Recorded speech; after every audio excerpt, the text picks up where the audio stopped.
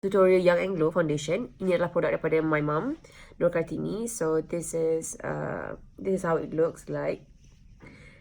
Kalau buka dalam ni, I love this part so much. Kan Syah kan? I can see your face from here, Syah. Oh, okay, anyway. Ada buka, dan this is the cap, and then ini adalah foundationnya. Untuk first time saya nak buat tutorial ni, dan saya akan tunjuk macam mana.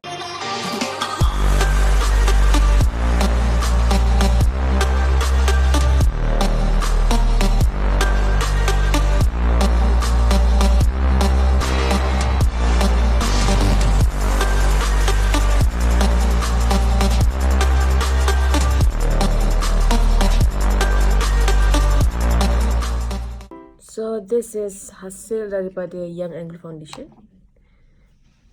Simple makeup. Sebelum datang dah siap makeup, boleh apply je lipstick with dan takkan ada crack.